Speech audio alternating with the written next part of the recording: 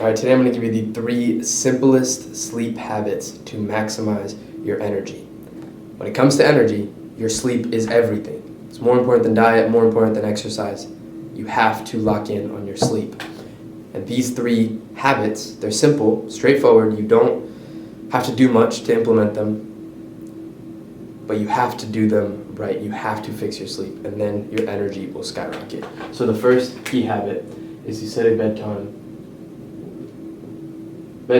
alarm. Now, everyone sets an alarm for when they have to wake up in the morning, but I've never met a single other person who sets an alarm for when they have to go to bed.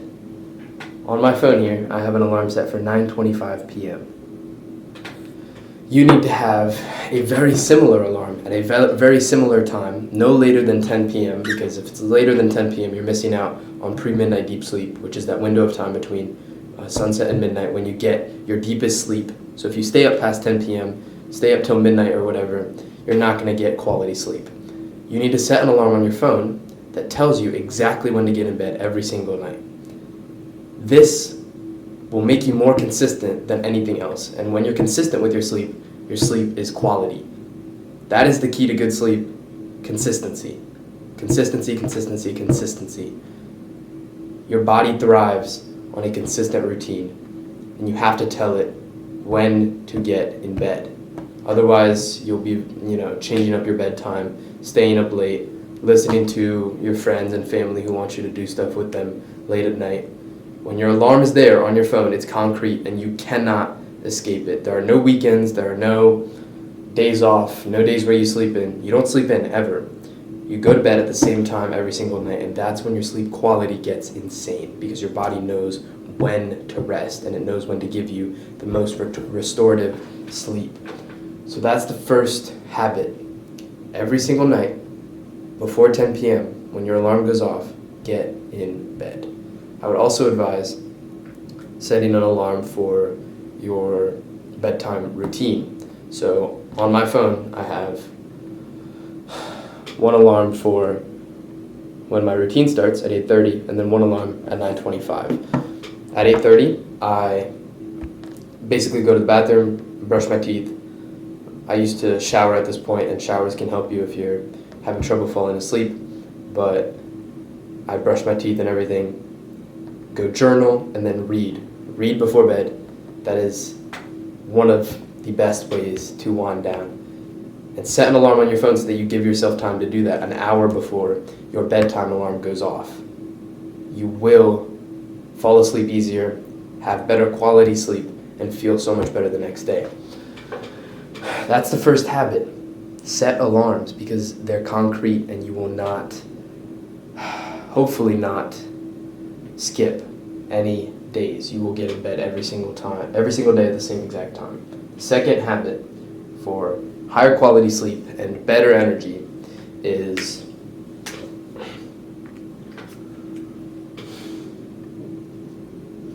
morning light.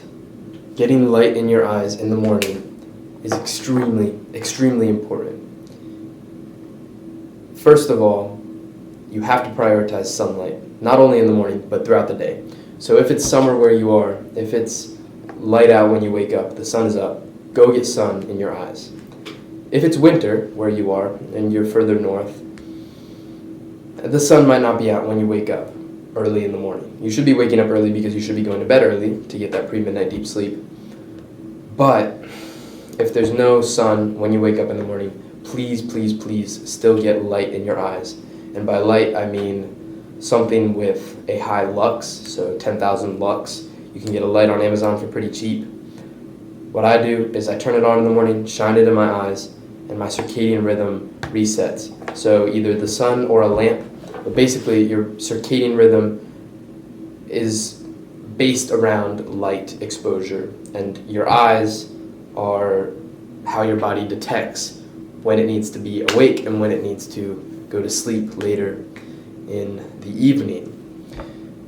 Your cortisol in the morning is regulated by the sun. If you don't get sunlight in the morning, your cortisol is going to be cooked. And you really want to get sunlight in your eyes so that your body knows it's awake right now. So your body wakes up, and then it knows that in 14, 15 hours, It'll release melatonin because you'll be ready to fall asleep. Your clock, your internal clock, needs to be dialed in, and it's based around light. So you have to expose your eyes to light in the morning if you want quality sleep, because your body will release melatonin and relax you so that your sleep quality and you fall asleep easily.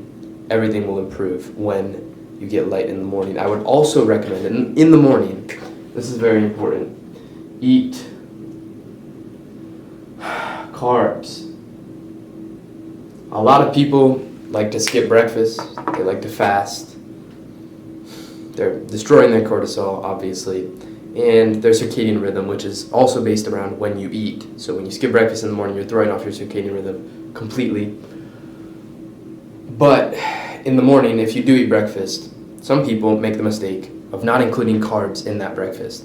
You have to have insulin spikes in the morning and throughout the day. So it's not just in the morning that you eat carbs, but eat carbs in the morning, eat carbs at lunch, eat carbs at dinner.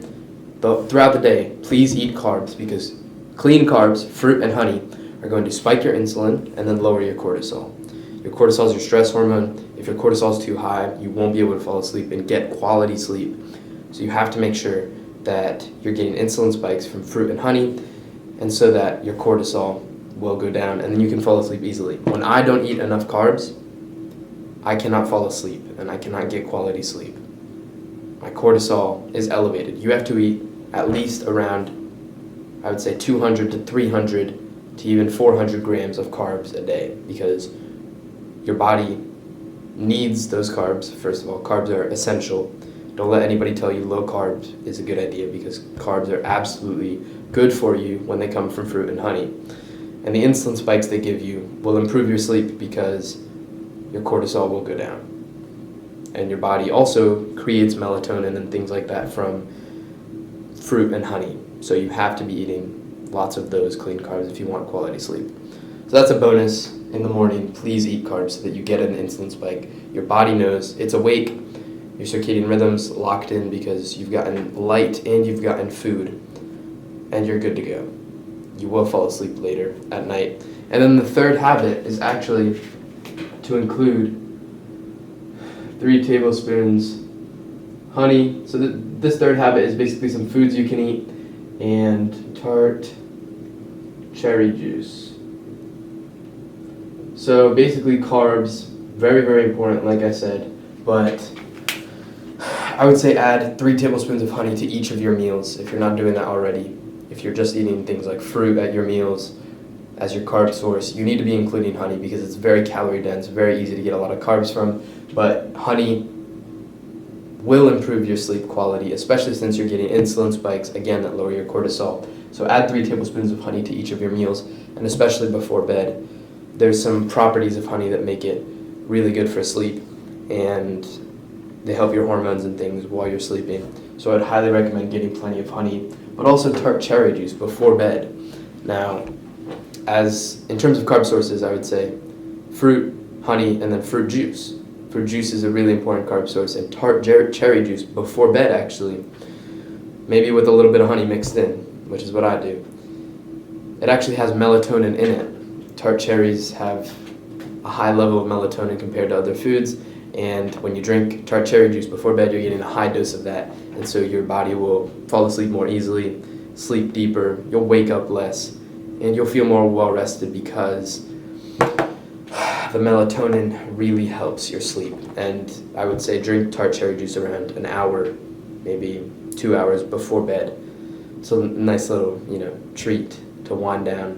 When your bedtime routine starts, just drink a little cherry juice, and you will sleep better because you'll have more melatonin and you'll have carbs, which are going to lower your cortisol, your stress hormone, from the insulin spike from a nice glass of cherry juice. All right, so that's a few very simple habits. Set your bedtime alarm.